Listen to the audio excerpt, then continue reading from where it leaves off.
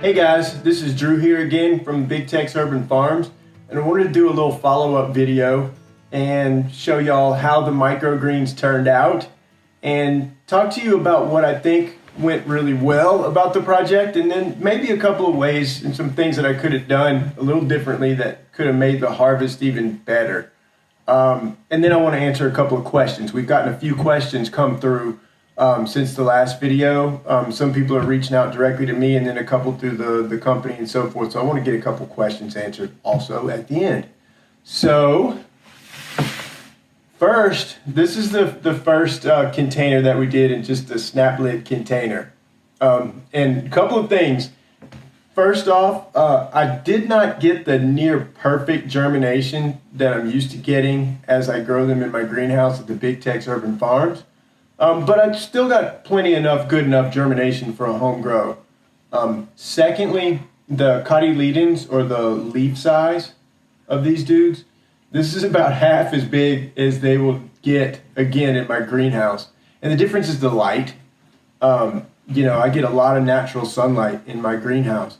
And then we also grow some of the trays under LED lighting, so that really makes them size up quite a bit more. But all in all, I'm pretty happy with the way this grow went. I've got these really pretty long stems, and this is going to make plenty enough microgreens. This is probably going to be enough for what I'll need for radish microgreens for the week or so.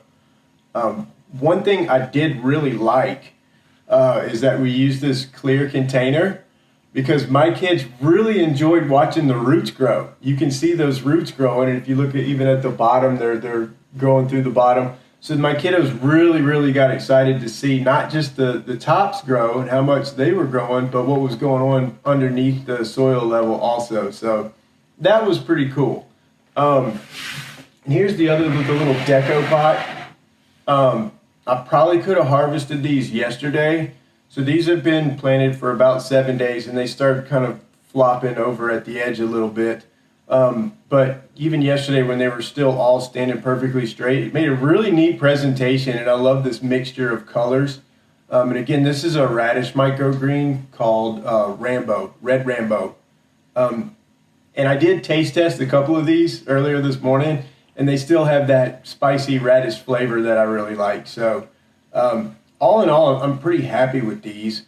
The only thing I probably would have done differently, I'm growing them on this. This is a table that we have at the end of our kitchen, and I get a little bit of natural light through a window over here, but not that much. And I think I probably could have gotten a little bit better growth as far as the leaf size if I'd grown them on my kitchen cabinet over in that direction, because I've got a much stronger fluorescent light over there, so I think they probably would have sized up even better.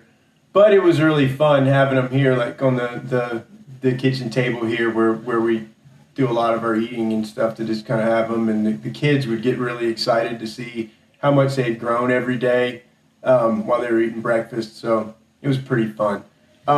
Later today, I'm going to be harvesting these bad boys, and this is what you typically are going to use. One of these two options, okay? It's either going to be a kitchen knife.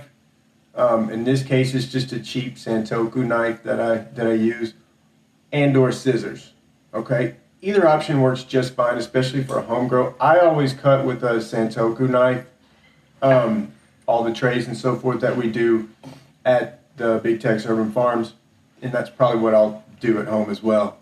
And you just kind of grab them. First off, make sure your hands are clean, and make sure your knife is clean, okay? That's obviously really important.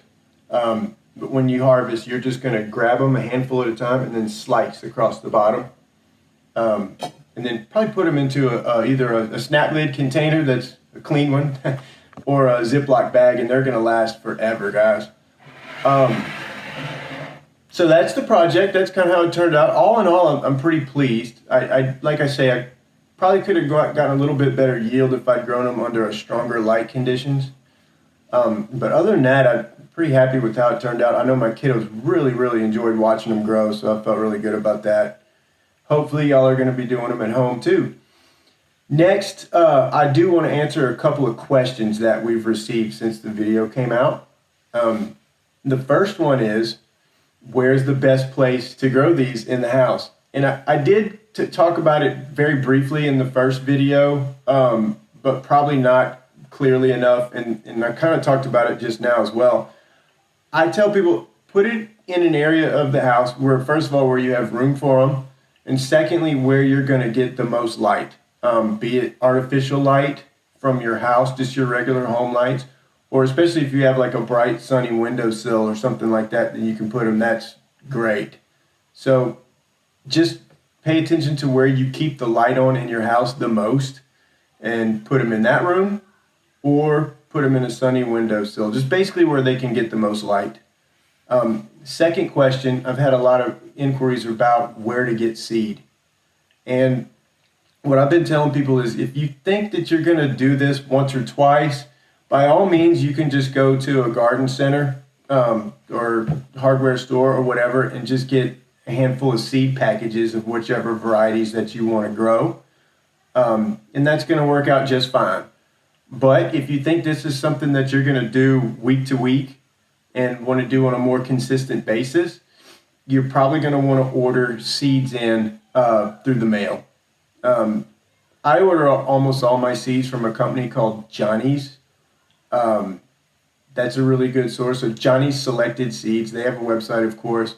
Also like Paramount Seeds out of Florida and Osborne Seeds. They have good relationships with all those companies, and they sell a good quality sprouting seed for micros. And let's see, what other questions have I had? Oh yeah, another person has asked if you can keep reusing the same soil over and over again in your home grow. I have known people to do that. I don't recommend it though. You have a lot more incidences of molds and funguses that can start to develop if you reuse soil. And I think it's better in the long run, and it's going to give you better results if you reuse new soil each time you grow. You can go out and buy like a 2 to 3 cubic foot bag of potting soil, and it's going to last you a long time because you're not using up much potting soil. And then when you're done growing, especially like if you have a garden outside, or if you do potted plants outdoors, or even if you have low spots in the grass, you can absolutely reuse it outdoors. Go put it to work in your garden outside, or yeah, like I say, fill in a hole or something, and you're going to do just fine. But yeah, using fresh soil each time is probably best. So hopefully you enjoyed the follow-up video, and I'm going to start working on some other ways to show you how I do things at the fair, at the Big Tex Urban Farms, and how maybe we can modify that to get you growing larger trays at home. Let me show you this one here, because this is what I want to see y'all growing in the future. Look at how robust this is, right? This is a pea shoot. One of the 3 varieties that I highly recommend, peas, radish, and broccoli. And look how big this is. I mean, this is going to be several weeks worth of microgreens even for me, and I eat these things, twice a day mostly. So we'll see what we can come up with on that, man. I'm going to try to keep the content coming. I hope y'all enjoyed it. Again, this is Drew. Hope y'all are staying well and safe out there, guys. Peace.